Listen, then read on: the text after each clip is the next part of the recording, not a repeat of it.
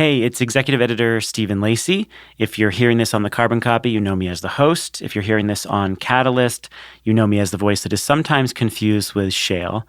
And I've got some news, so don't fast forward. Postscript Media, the company that I co-founded, that produces this podcast in collaboration with Canary Media, is soon going to be rebranding as Latitude Media. It will be a B2B news and analysis outfit covering the new frontiers of climate tech. We're going to still be partnering closely with Canary Media on the Carbon Copy and Catalyst podcasts, so rest assured these pods will continue, but we will be launching a new B2B news site covering business and tech trends across advanced grid tech, artificial intelligence, carbon removal, long-duration storage, and more. We've been hiring reporters and analysts, and you can go to latitudemedia.com to find out more when we launch in October. And that brings us quickly to two events coming up in October: Transition AI New York and Canary Live Bay Area. Transition AI is hosted by our team at Latitude Media. It's the premier event charting how artificial intelligence will shape utilities, renewables and storage developers, energy traders, and EV charging integrators. Transition AI New York is a one-day conference and workshop. It's in Manhattan. It'll be on October 19th, so mark your calendar. It'll feature top experts from Microsoft, GE Digital, AES, National Grid, Oracle, and a wide range of founders, executives, and academics who are building AI strategies right now. Plus, we're going to have a detailed market map of the industry that we've been working on, and our podcast listeners get 10% off if you go to transition-ai.com or follow the link in the show notes. You can get your ticket and use the code PSPODS10 on checkout. Transition AI New York. We'll see you October 19th. And for the folks in the Bay Area, our partners at Canary Media are putting together a live event on October 3rd. It's going to feature a roster of top journalists and experts that are handpicked by the Canary Media editorial team. It's at Freight and Salvage in Berkeley. And they're going to bring those experts together to talk about all things energy transition, Inflation Reduction Act implementation, and tech innovation. We recently played this popular conversation between futurist Ramez Nam and journalist David Roberts. That was recorded from Canary Live Seattle. So we got a great response from that episode. And if you liked it and you want to network and you're in the Bay Area, get your tickets for Canary Live Bay Area. Again, it's on October 3rd in Berkeley. We've got a link in the show notes. And now, on to the episode. From the studios of Postscript Media and Canary Media. I'm Shail Khan, and this is Catalyst. What ERCOT has accomplished here is truly remarkable. So Texas has around 40 gigawatts of installed wind. This is just under 30% of all U.S. wind power capacity. So the defining feature of ERCOT's interconnection process is that they don't rely on the interconnection process itself to identify and pay for grid upgrades. So I'm off coffee at the moment. It's a long story, and I do not want to talk about it. But, hot tip, you know what's a great alternative? Talking about interconnection reform.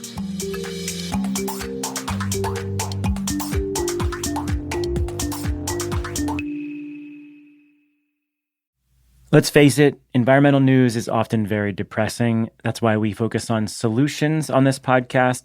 But still, the climate crisis looms large. Rising temperatures, mounting pollution, environmental degradation, they're all warping the planet.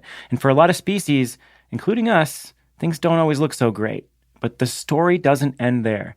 Every Friday, Living Planet, a show from Deutsche Welle, takes you behind the headlines to figure out what's happening and how we'll get through it. It'll also help you make better choices for a healthy planet and find space to reconnect with the beauty and wonder of the world around us. You can find Living Planet wherever you get your podcasts. I'm Shail Khan. I invest in revolutionary climate technologies at Energy Impact Partners. Welcome. Okay, so I've said this before, and I will say it again. I think that interconnection, both of generation and of load, is rapidly becoming the single biggest barrier to the energy transition. Full stop. Hopefully, that'll explain to you why I wanted to do this episode, because I will freely admit it is wonky. But so is this issue. Basically, here's what we know. If you're a new electricity generator looking to connect to the grid, odds are high right now that you're either trying to connect solar or wind or batteries or a combination of those three. and it's taking you longer and longer and becoming more and more expensive for you to do so. Sure, that's a problem in and of itself in the context of fleet turnover, right? Like if we're going to be retiring tens of gigawatts of coal and replacing it in large part with clean power, we sure do need that clean power to be able to connect. But the reason that I'm so obsessed with the problem goes beyond that. Once electrification really starts to take hold, and we're adding millions of electric vehicles and heat pumps and battery manufacturing facilities and green hydrogen production facilities and direct air capture and, data centers to the grid, and we're trying to double or triple our total load on the grid, but we're already facing a bottleneck in interconnection before any of that happens at scale, you can imagine what might come next. But the interconnection issue is not a simple one, and the suite of solutions has to involve some regulatory reform. So that's the piece that we're going to talk about today. Tyler Norris has been thinking about this problem, previously as a solar developer trying to interconnect himself, but now as an academic thinking about it at the higher level. And he wrote a great paper about what sounds like a pretty simple idea, which is basically bring the process that has worked in ERCOT, the Texas electricity market, to the rest of the country. But of course, this is electricity, so nothing is simple. Let's hear it from Tyler. Tyler, welcome. Great to be here, Shale. Thanks so much for having me. Let's get wonky about interconnection. Before we get super wonky about it, I'm interested in your high-level perspective on the state of interconnection in the U.S. today, particularly in light of the fact that until fairly recently, you were involved directly in interconnection by working at a renewable project developer. So you probably have seen it evolved to some degree over the past few years. So how would you characterize where we are at today and what the past few years have been like? Yeah. Well, Shale, I think it might actually help to start with an analogy here before we get too far into the weeds. So imagine with me that it's 1953, right? We've won the war, the economy's moving, automotive technology is advancing really quickly, and there's a demand for a lot more interstate commerce. The interstate highway system hasn't been built yet, right? There's a patchwork of smaller highways that connect each state. So President Eisenhower announces a new program, right, where trucking companies that want to transport goods across states can apply for the right to do so. Once they apply, they'll go through 1 or 2 years of study. These will be really intricate studies, right? We'll consider detailed forecasts of future traffic, weather patterns, wear and tear on roadways, and we'll consider a bunch of different extreme contingencies. And the output of these studies will identify where each trucking company's fleet is likely to contribute to traffic congestion. And when it does, they'll be assigned a portion of the costs required to expand those highways. And the idea is the trucking companies can't access the roadways until they've paid 100% up front for these future highway expansions. And so President Eisenhower goes out and he announces this, and he says, this is expected to hopefully, maybe, if all goes well and all the stars align, lead to the development of an interstate highway system. And so it's an absurd analogy, of course, but I think it's not entirely dissimilar to how we've been approaching transmission interconnection in the United States. And so I think a lot of folks have seen the numbers on the queue backlog, but I think they're really instructive and worth just reviewing. So in 2022 alone, the backlog of projects in interconnection queues waiting to connect to the grid grew by 40%. It brought the total to just over 2,000 gigawatts. 80% of this growth was driven by solar and storage projects. And for comparison, we have around 1,200 gigawatts of generation capacity in the US that's operational. So of this 2,000 gigawatts, 1,350 around is generation capacity. Storage is about 700 gigawatts of that. And at the same time, we've seen, and this has been documented by Lawrence Berkeley National Lab, the time required to interconnect has approximately doubled from around 15 years ago. So it used to be that the typical duration from interconnection request to commercial operation was around 2 years or just under, and now it's 4 years or more. And those timelines seem to be growing. And we've seen various pauses in entire interconnection queues. I think the most prominent example is in PJM. We've seen that elsewhere. But the queue backlog is a really good measure. But I think what we haven't seen until recently is a really clear comparative metric between markets that are using different interconnection rules to compare the outcomes. And we now sort of finally have those metrics, and I think they're really instructive. Right. And I think that's what we want to spend a bunch of time on is talking about which markets, if any, are kind of doing it right or closer to right, and what we might learn about how to do it in the rest of the country. Before we get to that, so high level, I think folks at this point probably appreciate the dynamic you're describing, which is we're trying to connect. There are lots of developers trying to put lots more, mostly renewables, mostly solar and storage on the grid all over the country. That ballooned in the last year, probably in part because of the IRA, I suspect. Interconnection capacity to get through the queue, the pace of getting through the queue has not improved. And so you have way more trying to connect. You have the same capacity of throughput of studies, for example, and timelines have gotten longer. Everything has gotten more challenging. And now we're sitting on this gigantic queue backlog.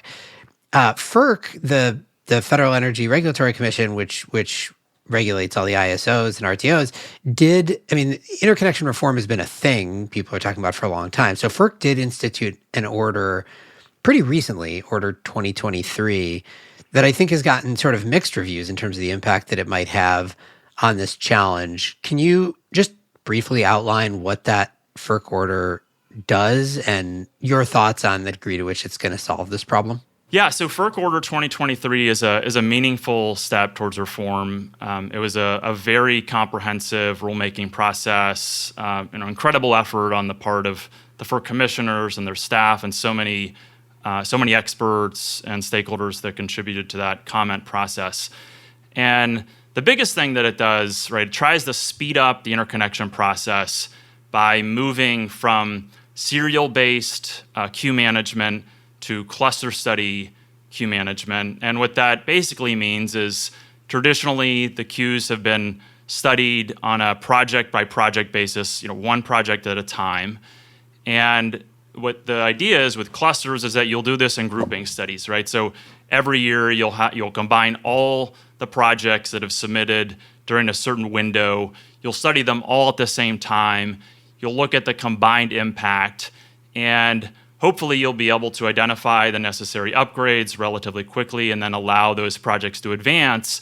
And the hope is that you might be able to utilize this interconnection process to cover the cost of large upgrades by splitting those costs across a larger number of projects. And so that's kind of the working theory here. There are other important reforms that were included here. So reducing the number of speculative projects by imposing different requirements on interconnection customers to try to discourage what we might call speculative projects.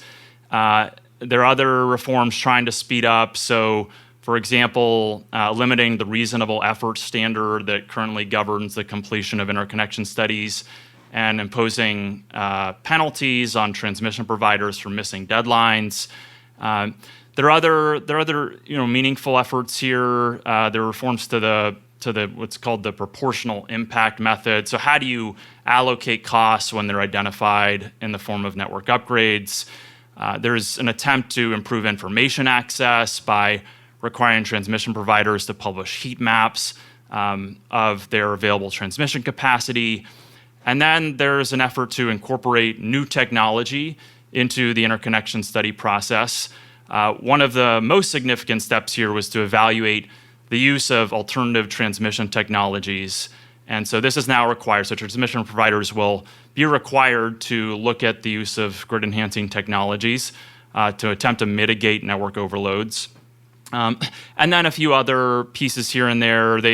FERC has mandated that interconnection studies reflect the operating assumptions of electric storage, and to make sure that they're not inappropriate assumptions being used there, and then a few other elements. But really, the main story here is around this hypothesis that transitioning from a serial-based queue to a cluster-based queue is going to speed up the interconnection process and do so at a lower cost.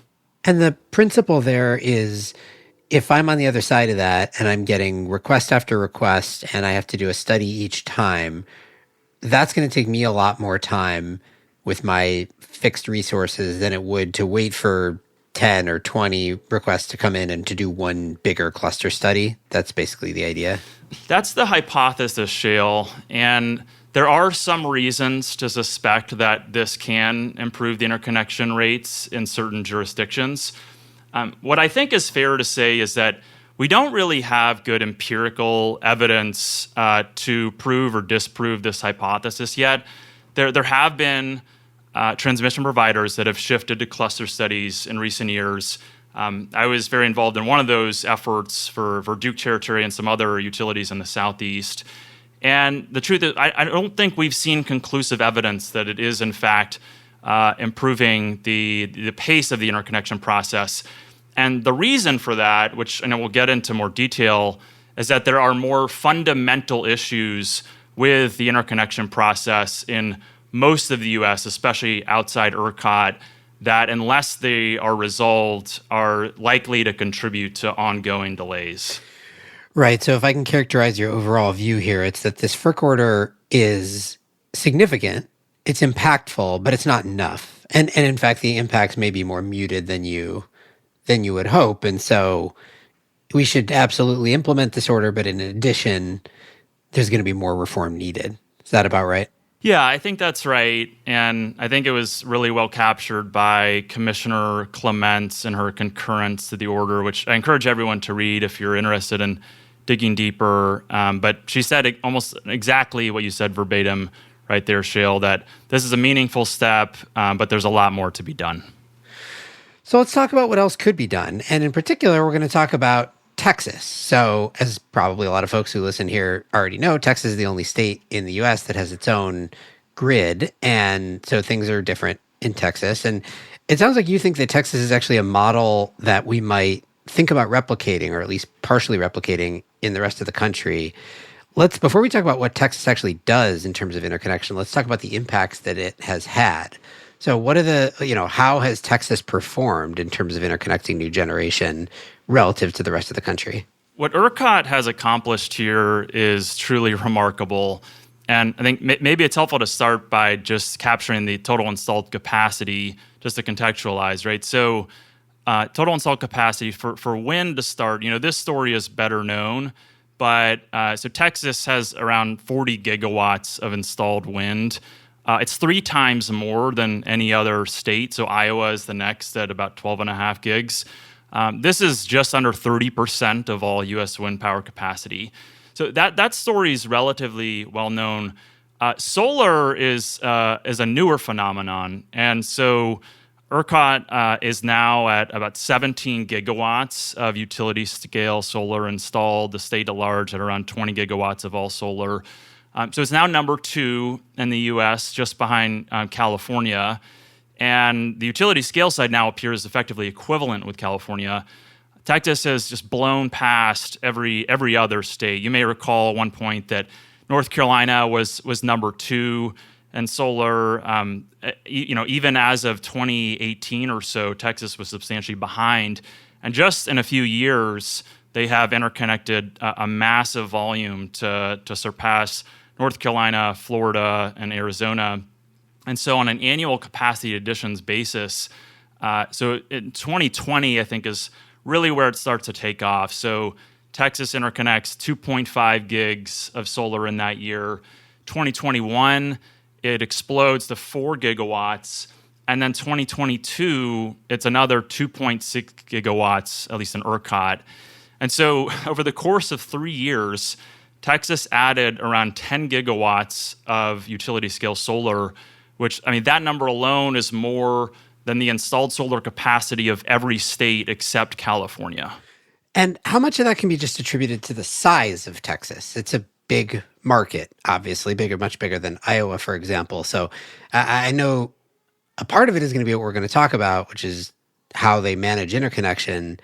But is some of it just Texas is big? There's no doubt that the size of Texas is part of the story here, but I think a comparison is instructive on this front too, right? So PJM is substantially larger, at least in terms of overall peak load, which, there are different ways we can measure this, but the overall peak load in PJM is approximately 2 times that in ERCOT. And yet PJM's interconnection rate overall for all resources over the past 2 years has been approximately 2.5 times less than ERCOT.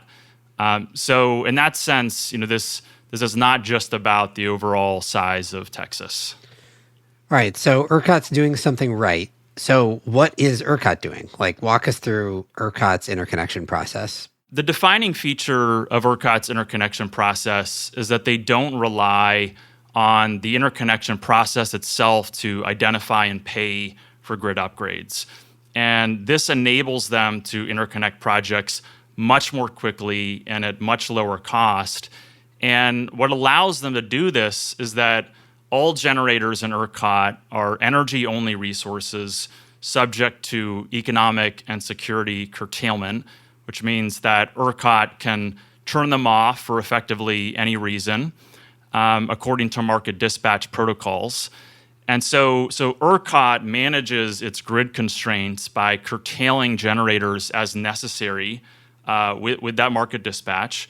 And so these generators can connect to the grid very quickly at relatively low cost, but with the understanding that they may be curtailed to mitigate any grid overloads.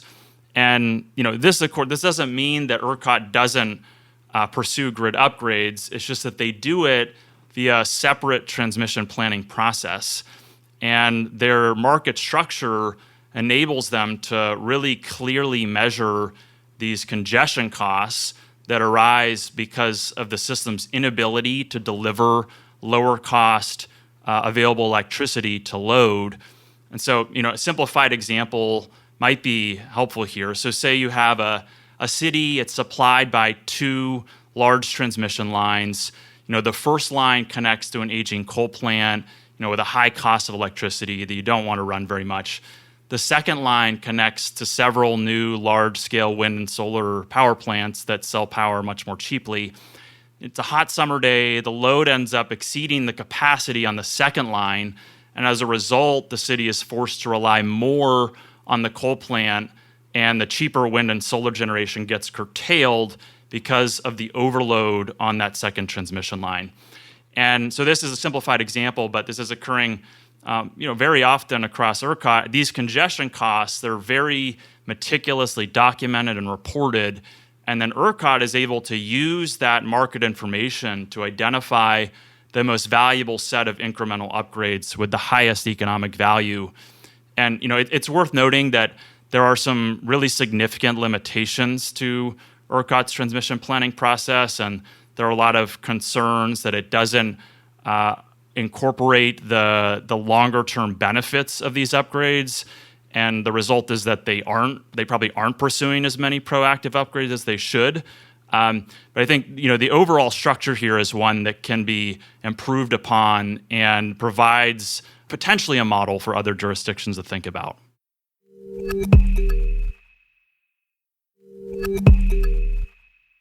Okay, so if I can try to repeat it back to you in layperson terms, basically the deal, so what ERCOT does is they say, okay, I'm going to, in one office over here, I'm going to, use all my market data and determine where I need to do transmission system upgrades. So I'm going to go ahead and do that. And it's an independent process from the interconnection queue. Meanwhile, on the interconnection side, I make a deal with any generator. And it's basically, come on in, go ahead and interconnect. I'm not going to, run a ton of studies and slow you down and take a long time. You're welcome to do it. You just have to wear the risk of me saying that I'm going to curtail you, which, of course, if I curtail you, then you're not getting paid for the generation. So you're going to bear more market risk on curtailment. But in exchange for that, I'll let you connect, and you're welcome to wear that risk. I'll give you all the data on the market to tell you, to be able to make that decision intelligently. And in some ways, that seems very much like it's a very Texas-like thing, right? It's kind of a very free market thing. Like, you want to wear the risk, generator? Go ahead. Maybe I'm going to curtail you, but go ahead and interconnect. Am I thinking about that right? Yes, that's exactly right, Shale. And it's worth noting too, though, that ERCOT does provide an assessment of the network upgrades that would be necessary if your project was required to alleviate them to comply with reliability standards. So they are still conducting interconnection studies that are, fully compliant with NERC reliability standards, and they do actually identify upgrades that would be necessary. But what they're saying is that, you're not required to address these upgrades as part of your interconnection process, but this is what you should be aware of so that you can incorporate this into your own assessment of the curtailment risk and then ultimately incorporate that into the cost at which you can sell your power. Right. Like the results of that study is sort of for the generator can be kind of a proxy for the likelihood of a certain magnitude of curtailment. Have we just empirically, given that Texas has been running it this way, are there generators that we can point to that have said, okay, I'm gonna take the risk, and that they've really made a mistake? Like, are there generators getting curtailed an inordinate amount of the time in some places? I'm sure, Sheila, that is the case for certain generators that perhaps didn't fully incorporate the results of their studies into their curtailment risk analysis, or conditions change, right? Other generators show up. There are other aspects that the topology of the system can change.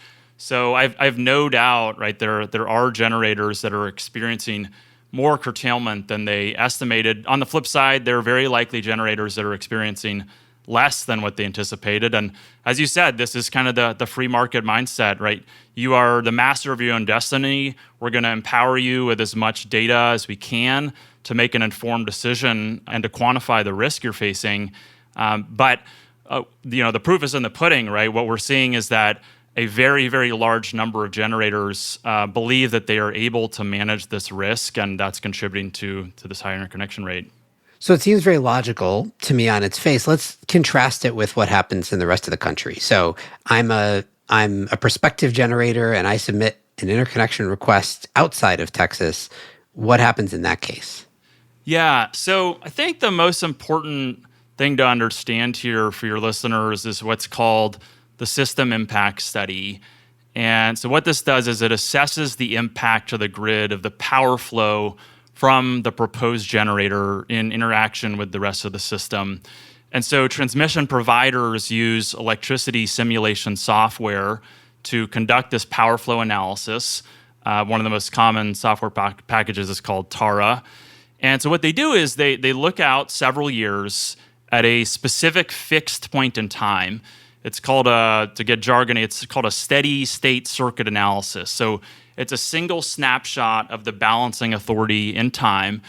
They load your project in, and all other generators that are committed to the system, all the existing operating generators, all those that have executed interconnection agreements, and then others that are ahead of you in queue. And then they run all these power balance equations for power flow simulation to capture the supply, the demand, the transfer of power throughout the system. And then what they do is they run all these contingency analyses where they look at these sort of extreme scenarios where different elements of the system go out, right? So a transmission line goes out, a transformer fails, and other scenarios. And so they test a bunch of these contingencies to see if your generator contributes to a network overload. That then the question is then whether you have to resolve that overload. But that's kind of that's what's going on with the power flow study in a nutshell. To be clear, the SIS it also looks at voltage and dynamic voltage and stability. So those are important elements. But really, I think the main story here about the system impact study is looking for these network upgrades as a result of power flow overloads. I guess high level, when you hear this with fresh ears, I feel like the obvious thought process is, okay, the Texas mechanism, the ERCOT mechanism, seems much simpler from the generator's perspective. You can easily imagine how it's faster and you get more resources interconnected.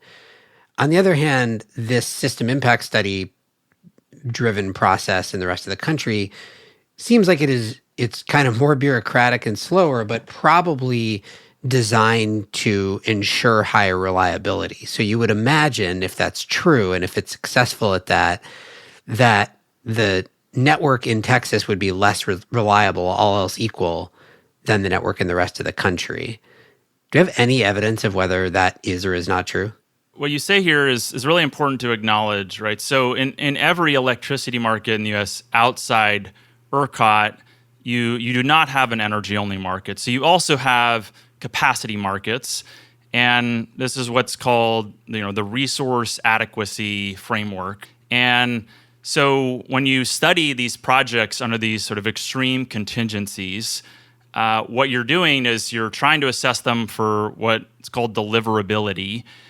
And if they can pass all those contingencies and either don't trigger network upgrades or they do and then they resolve those upgrades, then they can qualify for capacity compensation and contribute to these resource adequacy requirements, right, which in aggregate take the form of these planning reserve margins that that indicate how much reserve margin every balancing authority has to have. And there's a whole process that goes into determining those reserve margins.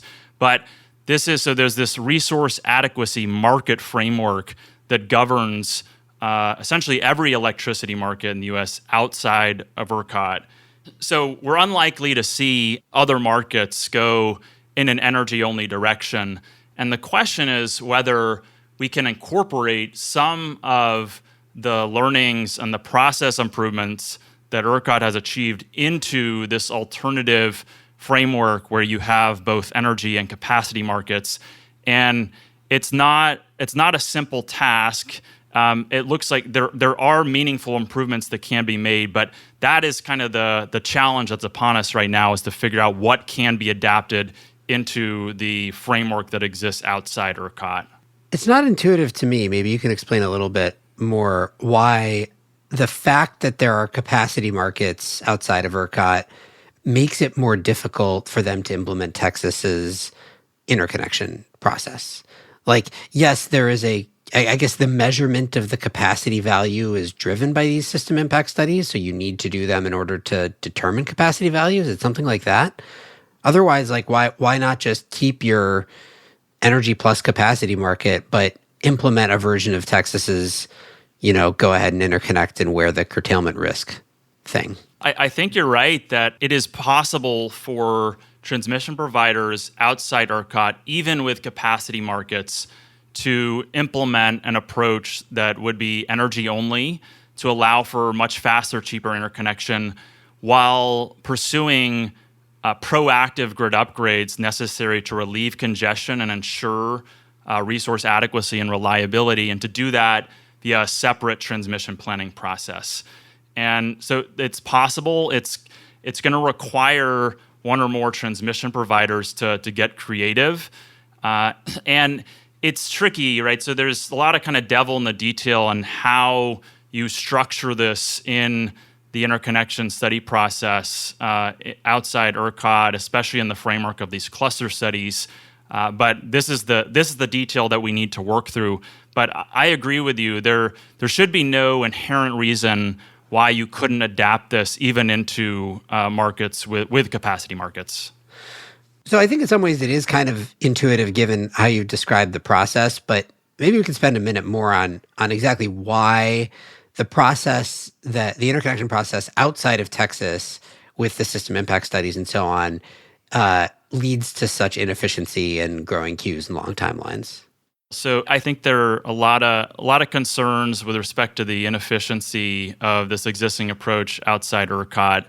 And so, first, it appears to be temporally inefficient, right? So it takes a lot of time to work through these very detailed, intricate studies to identify these overloads and then allow for interconnection customers to decide whether or not they are going to relieve those upgrades. And it creates the possibility of a lot of cascading failure within those interconnection studies. So there's an aspect where it's temporally inefficient, it's bureaucratically inefficient, right? And just that it requires a lot of study resources. We are increasingly using the very limited number of transmission planners and engineers to conduct these massive interconnection studies because we're relying on the interconnection process itself to identify and fund network upgrades. And then it's economically inefficient. What we're seeing more and more is that it will save ratepayers money if we pursue these upgrades via a separate proactive process. And that's for a couple reasons. One is you don't have to go back incrementally and continue upgrading the system in response to interconnection customers. You can identify a set of low regrets or least regrets upgrades and do it all in one batch. So from an upgrade cost standpoint, it's inefficient. And then from the standpoint of accessing lower cost generation with lower production costs, it's also inefficient because it's creating an additional barrier to allowing, in many cases, lower cost resources to get online and supply the system. And then I think it's worth just mentioning one more. It's a little bit more debatable, but it's this concern about reliability risk that when we're retiring so many resources and we have now such substantial incoming load growth, we really need to get more capacity online onto the system more quickly. And if you're creating unnecessary barriers to entry, it could introduce a reliability risk. Okay, so if you're in charge of PJM or MISO or CAISO or some market outside of Texas, and you could wave a somewhat realistic magic wand. In other words, you can reform the interconnection process, but you're not going to do the fundamental structural market reform. Like you can't turn, PJM into an energy-only market all of a sudden. How would you distill like what could be done within the bounds of reality? Yeah. So assuming that you're still going to have generators pursuing the interconnection process to receive capacity rights, you have to figure out a way how to study both energy-only resources in these interconnection studies alongside these capacity resources. And this is tricky, but there should be a relatively simplified approach to this. And so there are a number of experts in FERC's rulemaking process that recommended that instead of one big combined, integrated cluster with both energy only and capacity resources, that you just do this in two steps, right? So you start off with a cluster that's energy only, and at the end of that process, the interconnection customers will make a go, no-go decision on whether they're going to proceed. And then you take all those and then you run the second stage, which includes all the capacity resources. In that study, you turn off the energy-only resources because again they're not receiving capacity and they're not contributing to overloads because they'll be curtailed in real time. So pursuing a two-step study process with energy-only first, followed by capacity resources, I think is a relatively simple one that can be adopted quickly. There's also reforms that can be made to what's called the impact threshold. So this is the question of when do you actually assign upgrades even to energy-only resources? And there was a lot of debate in the FERC rulemaking around what is the proper impact threshold. And we've seen reasonable thresholds work in various markets around 20%. So I think there's a case to be made that if you're taking this approach, you can relax that impact threshold. That's something that transmission providers can do on their own. And then there are a few other details here that we could go through, but the biggest additional piece is improving the proactive transmission planning process and not relying as much on the interconnection process. And we could have a whole podcast, of course, dedicated to proactive transmission planning. There's a separate FERC rulemaking going on, considering various options to improve it. But one of the simplest things is just looking out over a longer period of time to estimate the cost savings that occur from different transmission upgrades, so that you capture that in the cost-benefit analysis in order to identify the least regrets set of proactive upgrades. Yeah, in other words, it should be a cost-benefit analysis, not just a cost analysis. Exactly. All right. Well, sounds like we should have a future conversation on proactive transmission planning. But in the meantime, Tyler, thank you so much for joining. Thanks so much, Shale. Really great to be here. Tyler Norris is a PhD candidate at Duke University's Nicholas School of the Environment. He's also a former VP of Development at Cypress Creek Renewables. This show is a co-production of Postscript Media and Canary Media. You can head over to canarymedia.com for links to today's topics. Postscript is supported by Prelude Ventures, a venture capital firm that partners with entrepreneurs to address climate change across a range of sectors, including advanced energy, food and ag, transportation and logistics, advanced materials and manufacturing, and advanced computing. This episode was produced by Daniel Waldorf. Mixing by Roy Campanella and Sean Marquand. Theme song by Sean Marquand. I'm Shale Khan, and this is Catalyst.